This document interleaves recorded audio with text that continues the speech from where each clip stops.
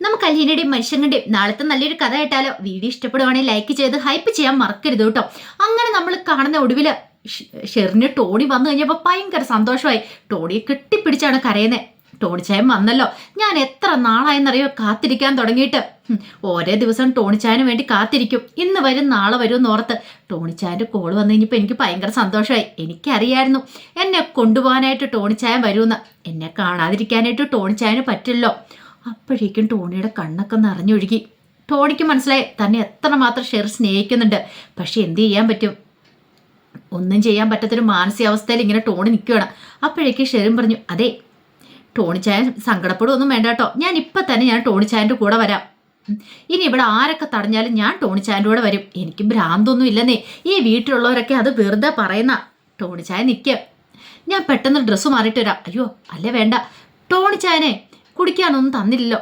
അപ്പോഴേക്കും ആൻസി പറഞ്ഞു, അതൊക്കെ ഞാനെടുത്ത് കൊടുത്തോളാന്ന് പറഞ്ഞു. ആ അതെ ആൻസി ചേച്ചി ടോണിച്ചായൻ്റെ കാര്യങ്ങളൊക്കെ നോക്കണം കേട്ടോ. അപ്പോഴേക്കും ഞാൻ പെട്ടെന്ന് ഈ ഡ്രസ്സൊക്കെ ചേഞ്ച് ചെയ്തിട്ട് വരാമെന്നും പറഞ്ഞിട്ടുണ്ട്. ഷെറിൻ പെട്ടെന്ന് അകത്തേക്ക് കയറി ഓടി. ടോണിക്കാണെങ്കിൽ കണ്ണ് നിറഞ്ഞു വന്നു. എന്ത് ചെയ്യാൻ പറ്റും? ടോണി പുറത്തേക്ക് ഇറങ്ങുന്ന സമയത്ത് ആൻസി ചോദിച്ചു, അല്ല എന്താ ടോണി? ടോണി പെട്ടെന്ന് എന്താ ഇങ്ങോട്ടേക്ക് വന്നത്? അങ്ങനെ ഇത്രയും നാളായിട്ട് തിരിഞ്ഞു നോക്കാത്താണല്ലോ. പെട്ടെന്ന് ഒരു ദിവസം വരണമെങ്കിൽ ഇതിൻ്റെ പിന്നിലൊരു കാരണം ഇല്ലാതിരിക്കില്ല. എനിക്ക് തോന്നി കഴിഞ്ഞ ദിവസം ഷെറിനെ വിളിക്കുകയും ചെയ്തു. വിളിച്ചപ്പം മുതൽ ഷെറിന് എത്രമാത്രം ആഗ്രഹിച്ചിരുന്നാന്നറിയോ ടോണിനെ കാണാനായിട്ട്. ഫോൺ കോൾ വരും എന്ന് പറഞ്ഞ് പ്രതീക്ഷയോടെ കാത്തിരിക്കുമായിരുന്നു. ഒടുവിൽ റോബിച്ചിന് ഒരു വിധത്തിൽ ആ ഫോണൊന്ന് വാങ്ങി വെച്ചത്. ചാർജിലിടാനാന്നും പറഞ്ഞ് ഫോൺ വാങ്ങിച്ചുകൊണ്ട് പോയി. അല്ലെങ്കിൽ ആ ഫോണിലേക്ക് തന്നെ നോക്കിയിരിക്കുമായിരുന്നു. ടോണി വിളിക്കുമെന്നും പറഞ്ഞിട്ട്. കുറച്ച് കഷ്ടമുണ്ട് അവളുടെ കാര്യം. പാവം, നൊന്ത് പ്രസവിച്ച കുഞ്ഞിനെ നഷ്ടപ്പെട്ടു. ഇപ്പോൾ ടോണിയുടെ സ്നേഹം അത് കേട്ട് കഴിഞ്ഞപ്പോൾ ടോണി ചോദിച്ചു, അല്ല ആ കുഞ്ഞിനെക്കുറിച്ചുള്ള വിവരങ്ങളൊക്കെ എനിക്കറിയണം. അല്ല ടോണി വിളിച്ചോ പറഞ്ഞിട്ടുണ്ടായിരുന്നല്ലോ ആ കുഞ്ഞിനെ ദത്തെടുക്കണമെന്ന് എന്ന് ആൻസി ചോദിച്ചു. അല്ല ടോണിയുടെ ഉദ്ദേശം എന്താ? അപ്പോഴേക്കും ടോണി പറഞ്ഞു, ഞാൻ പറഞ്ഞ സത്യമായിട്ടുള്ള കാര്യമാണ്. ആ കുഞ്ഞിനെക്കുറിച്ച് എനിക്ക് അറിഞ്ഞേ മതിയാവുള്ളൂ. ഷെറിൻ പ്രസവിച്ച കുഞ്ഞെവിടെയുണ്ട്? ഒരു പക്ഷേ ഷെറിൻ്റെ ഇപ്പോഴത്തെ ഈ മാനസികാവസ്ഥയ്ക്ക് കാരണം ആ കുഞ്ഞൊക്കെ തന്നെയായിരിക്കും. ആ കുഞ്ഞിനെ നഷ്ടപ്പെട്ട വേദന ഒരമ്മയ്ക്ക് സഹിക്കാൻ പറ്റുന്നല്ലോ. അപ്പോൾ ആ കുഞ്ഞിനെക്കുറിച്ചുള്ള ഡീറ്റെയിൽസ് എനിക്ക് കിട്ടണമെന്ന് പറഞ്ഞു. ആൻസി പറഞ്ഞു, എനിക്കറിയില്ല അതിനെക്കുറിച്ച്.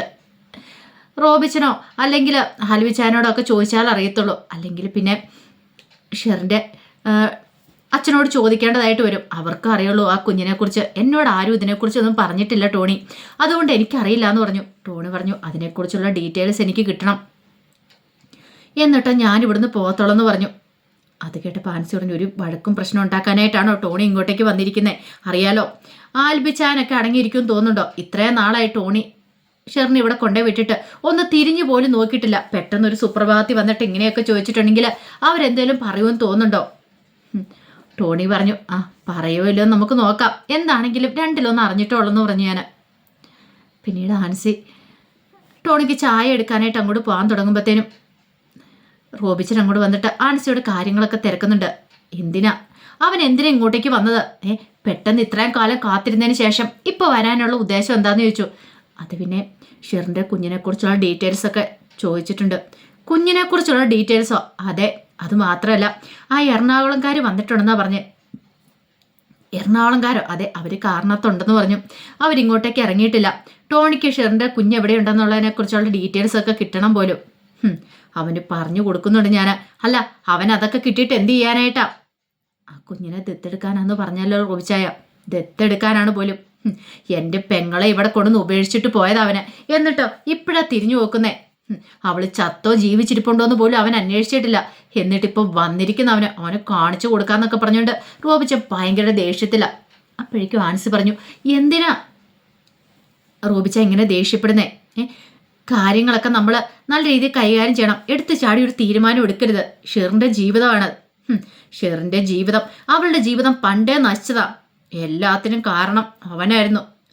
അവൻ ചത്തുപോയി അല്ലെങ്കിലുണ്ടല്ലോ എന്നൊക്കെ പറഞ്ഞ് ദേഷ്യപ്പെടുമ്പോഴത്തേനും ആൻസി പറഞ്ഞു, ഇങ്ങനെയൊന്നും പറയരുത്. വെറുതെ ഇനിയിപ്പോൾ ഓരോ പ്രശ്നങ്ങളുണ്ടാക്കി വെറുതെ നമ്മളായിട്ട് എന്തിനാ നാണം കിടന്നേ? അതിൻ്റെ കാര്യമൊന്നുമില്ല. ടോണി അടുത്ത് അടങ്ങിയിരിക്കുമെന്ന് തോന്നുന്നുണ്ടോ? ഒരിക്കലും ഇല്ല എന്ന് പറഞ്ഞു.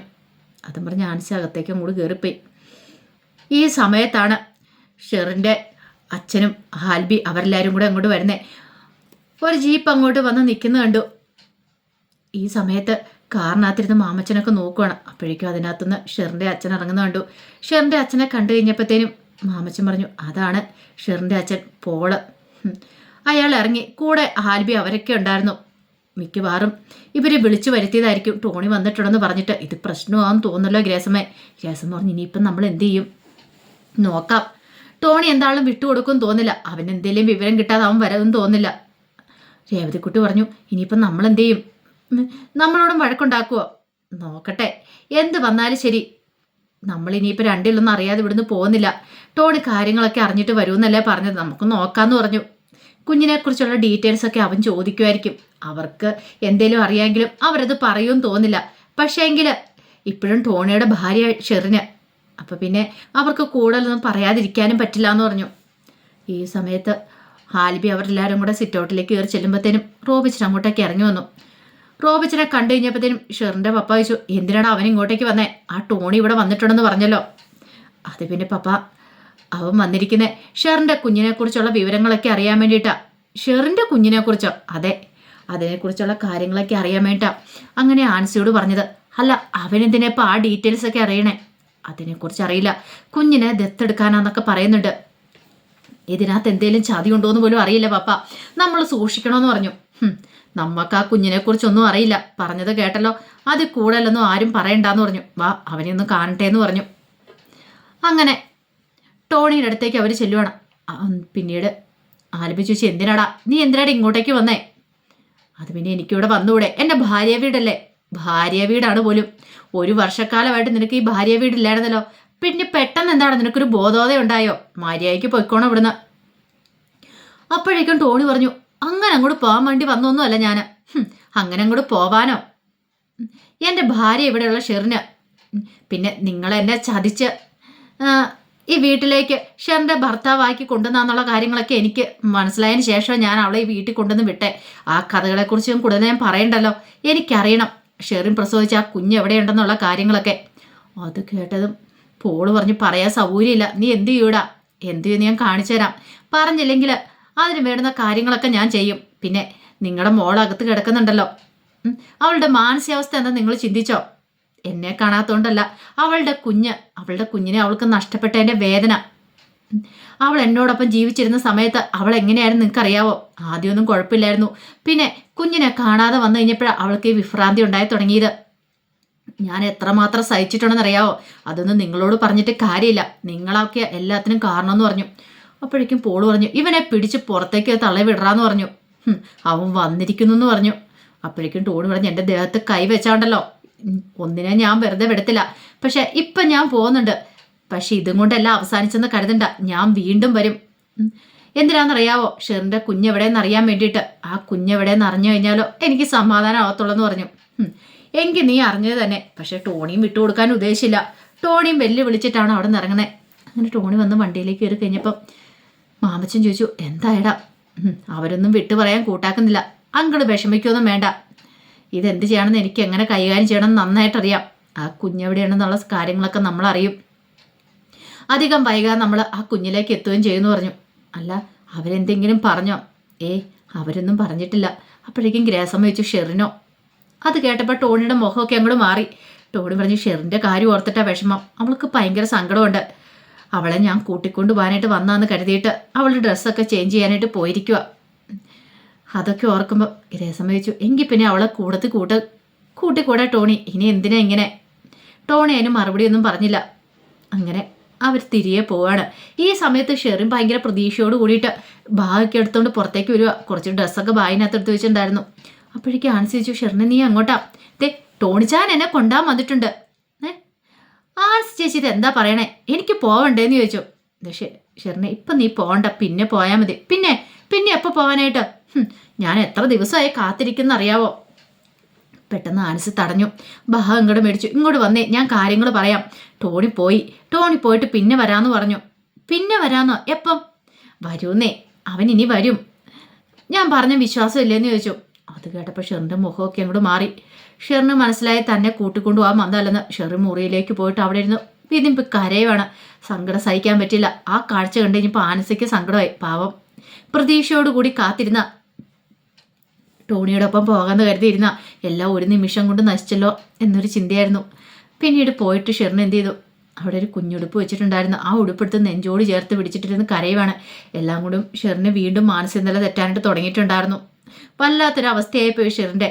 അത് കണ്ടു കഴിഞ്ഞപ്പോഴത്തേനും ആനസിക്ക് മനസ്സിലായി ഇനി ഷെറിന് 1-2 ദിവസത്തേന് വല്ലാത്തൊരു ബുദ്ധിമുട്ട് തന്നെയായിരിക്കും. കാരണം ചില സമയത്ത് ഷെറിന് അങ്ങനെയാണ്, വിതുമ്പി കരഞ്ഞുകൊണ്ടിരിക്കും, അല്ലെങ്കിൽ ഒരു കുഴപ്പമില്ലാതെ ഇങ്ങനെ ഇരിക്കും, ഓരോന്നൊക്കെ ആലോചിച്ചുകൊണ്ടിരിക്കും. പക്ഷേ ഇപ്പം ടോണിയും കൂടെ കണ്ടു കഴിഞ്ഞപ്പോഴത്തേനും ഷെറിന് വല്ലാത്ത ബുദ്ധിമുട്ടുണ്ടായെന്നുള്ള കാര്യം മനസ്സിലായി. ആ സമയത്ത് അലീന ബാബിതയുടെയും കൃഷ്ണമോളുടെയൊക്കെ അടുത്തേക്ക് വന്നു. പിന്നീട് കടപ്പാട്ട് വീട്ടിലേക്ക് പോകുന്നതിനെക്കുറിച്ച് സംസാരിക്കണം. ബബിത പറഞ്ഞു, അല്ല എങ്ങനെ പോവാനാ അലീന ചേച്ചി? അതിന് അമ്മ സമ്മതിക്കുന്നില്ലോ, അമ്മ നമ്മളൂടെ വരത്തില്ലെന്നല്ലേ പറഞ്ഞേ, പിന്നെ നമ്മൾ എങ്ങനെയാ പോകുന്നേ? നമ്മൾ ഇങ്ങോട്ടേക്ക് വന്ന് വെറുതെ ആയില്ലേ?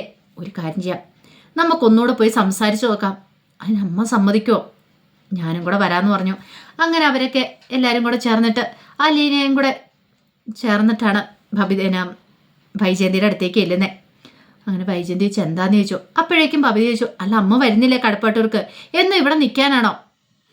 എന്ന് ഇവിടെ നിൽക്കും നിന്നോടൊക്കെ ആര് പറഞ്ഞു? അതിനെ കുറച്ച് ദിവസം കഴിയുമ്പോൾ ഞാൻ വാടക വീട്ടിലേക്ക് മാറുമെന്ന് പറഞ്ഞു.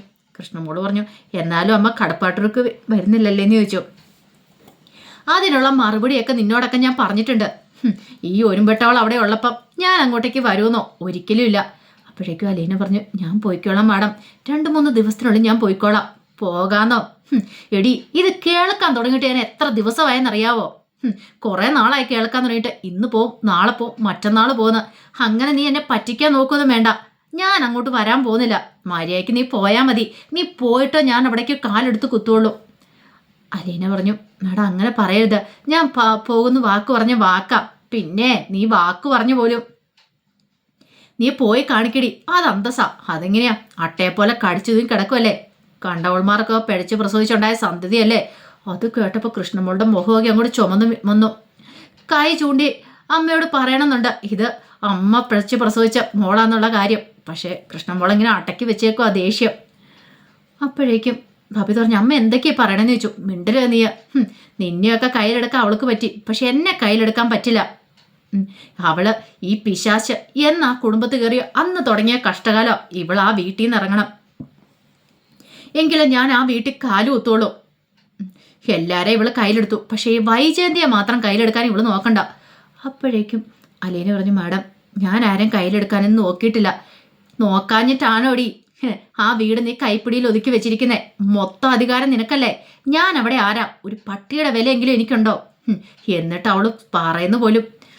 അപ്പോഴേക്കും അലീന പറഞ്ഞു, മാഡം ഞാനൊരു തെറ്റൊന്നും ചെയ്തിട്ടില്ല. തെറ്റ് ചെയ്തിട്ടല്ലേ പോലും നിന്നെപ്പോലൊരു പിഴച്ച സന്തതി അങ്ങോട്ടേക്ക് വന്നോണ്ടാ എൻ്റെ കുടുംബജീവിതം ഇല്ലാതാക്കിയത്. എവിടെയെങ്കിലും പോയി നാശം പിടിക്കാൻ തോലഞ്ഞാൽ മതിയായിരുന്നു. അങ്ങനെയാണ് എനിക്ക് സമാധാനം ഉണ്ടായേനെ. അപ്പോഴേക്കും അലീന പറഞ്ഞു, മാഡം ഇങ്ങനൊന്നും പറയരുത്. കാരണം ചില വാക്കുകളൊക്കെ നമ്മുടെ നാവിൽ നിന്ന് വീണ് പോയിട്ടുണ്ട്. അത് തിരിച്ചെടുക്കാനായിട്ട് ബുദ്ധിമുട്ടായിരിക്കും.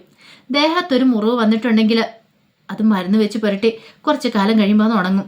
പക്ഷെ മനസ്സിന് മുറിവേറ്റിട്ടുണ്ടെങ്കിൽ കാലങ്ങൾ കഴിഞ്ഞാലും അത് അങ്ങനെ തന്നെ ഇരിക്കും, മായാൻ പോകുന്നില്ല. അത് കേട്ടപ്പോൾ വൈജയന്തി ഇങ്ങനെ അലീനയൊന്ന് നോക്കി. അപ്പോഴേക്കും കൃഷ്ണമോള് പറഞ്ഞു, അമ്മയ്ക്ക് വരാൻ പറ്റുമെങ്കിൽ വന്നാൽ മതി. ഇത്രയൊക്കെ അലീന ചേച്ചി പറഞ്ഞല്ലോ. അമ്മ അത്ര വലിയ ഗർവ് കാണിക്കേണ്ട കാര്യമൊന്നുമില്ല. അമ്മ ആരാന്ന അമ്മയുടെ വിചാരം? അമ്മയ്ക്ക് എപ്പോഴും ഒരു അഹങ്കാരമുണ്ട്. ഞങ്ങൾ അമ്മ ഇങ്ങോട്ടേക്ക് വിളിക്കാൻ വന്നെന്ന് ഓർത്തോണ്ട് അമ്മയുടെ കാല് പിടിക്കുന്ന ഓർത്താണോ? അമ്മയ്ക്ക് മനസ്സുണ്ടേ വന്നാൽ മതി. ഇനി ഇത് കൂടുതലൊന്നും പറയേണ്ട കാര്യമൊന്നുമില്ല അലീനച്ചി, നമുക്ക് പോയേക്കാം. അമ്മയ്ക്ക് ഇഷ്ടമുണ്ടേ അമ്മ വരട്ടെ. അതേ ബബിതേച്ചി, എനിക്കിതൊന്നും കേട്ടോണ്ട് ഇവിടെ നിൽക്കാൻ പറ്റില്ല എന്ന് പറഞ്ഞു. അലീന ചേച്ചി പറഞ്ഞോണ്ടാ നമ്മളെല്ലാവരും കൂടെ ഇങ്ങോട്ടേക്ക് വന്നേ. അമ്മയെ തിരികെ വിളിച്ചോണ്ട് പോകാമെന്നും പറഞ്ഞോണ്ട്. അമ്മയ്ക്ക് സമ്മതമല്ലേ, പിന്നെ നമ്മളെന്തിനാ ഇവിടെ നിൽക്കുന്നേ? അമ്മയ്ക്ക് വരാൻ മനസ്സില്ല പോലും. വരുന്നില്ല, വരണ്ട എന്നും പറഞ്ഞ് കൃഷ്ണമോള് ദേഷ്യപ്പെട്ടങ്ങ് ഇറങ്ങിപ്പോയി. ബബിത വൈജയന്തിയോട് സംസാരിച്ചു നോക്കി. ബബിത പറഞ്ഞു, ഇനി ഞങ്ങൾ ഇങ്ങോട്ടേക്ക് വരത്തില്ല, അറിയാലോ. അമ്മ പിന്നെ എന്താന്ന് വെച്ചാൽ ചെയ്തോണം. ഞങ്ങൾ വിളിക്കാനുള്ളത് വിളിച്ചു, ഇനി അമ്മയുടെ ഇഷ്ടം എന്താന്ന് വെച്ചാൽ ചെയ്തോളാൻ പറഞ്ഞു. അങ്ങനെ അവരിങ്ങോട്ടേക്ക് പോവാണ്. വൈജയന്തി എന്ത് ചെയ്യണമെന്നറിയില്ലാതെ ഒരു ചുഴിയപ്പെട്ട അവസ്ഥയായിപ്പോയി. നാണം കിട്ടാൻ അങ്ങോട്ട് തിരിച്ച് കയറി ചെല്ലുന്ന കാര്യം ഓർക്കാൻ പറ്റില്ല. അത് മാത്രമല്ല, വാടക വീട്ടിലേക്ക് മാറിയിട്ടുണ്ട്, മക്കൾ തിരിഞ്ഞു നോക്കത്തില്ല എന്നുള്ള കാര്യം മനസ്സിലായി. ഇനിയിപ്പോൾ എന്ത് ചെയ്യണമെന്ന് അറിയത്തില്ലാത്തൊരു ബുദ്ധിമുട്ട് വൈജയന്തിയുടെ മനസ്സിലുണ്ടാവുന്നുണ്ട്. അപ്പം അതിൻ്റെ കഥകളൊക്കെയാണ് നമ്മൾ കാണാൻ പോകുന്നത്. ആ വിശേഷങ്ങൾക്കായി നമുക്ക് എല്ലാവർക്കും കാത്തിരിക്കാം കേട്ടോ. ഒരിക്കൽ കൂടി എല്ലാവർക്കും ശുഭരാത്രി നേർന്നുകൊണ്ട് നിർത്തുന്നു. നന്ദി.